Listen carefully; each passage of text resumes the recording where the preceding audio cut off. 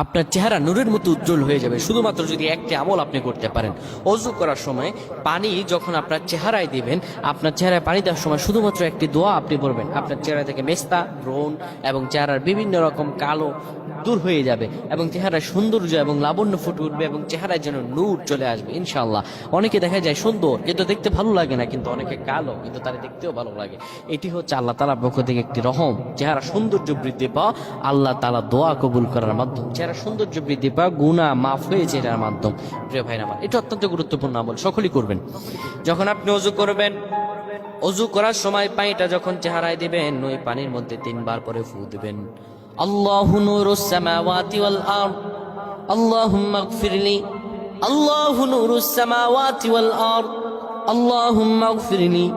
এই দোয়াটি 3 বার পরে সেই পানির মধ্যে ফু দিয়ে পানিটা চেহারার মধ্যে লাগাবেন। আমার আল্লাহ আপনার চেহারার মধ্যে লাবণ্য এবং সৌন্দর্য ফুটিয়ে দিবে। সুবহানাল্লাহ পড়েন।